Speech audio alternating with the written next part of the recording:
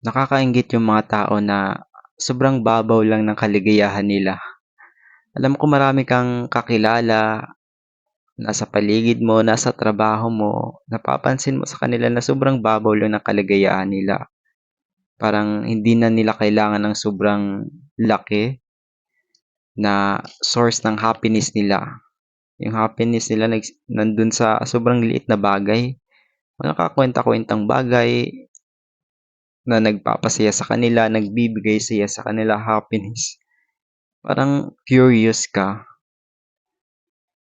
at parang naiinggit ka din na hindi hindi na kailangan nila mag-effort na maging masaya sila kasi yung kasiyahan nila nandun na sa maliliit na bagay.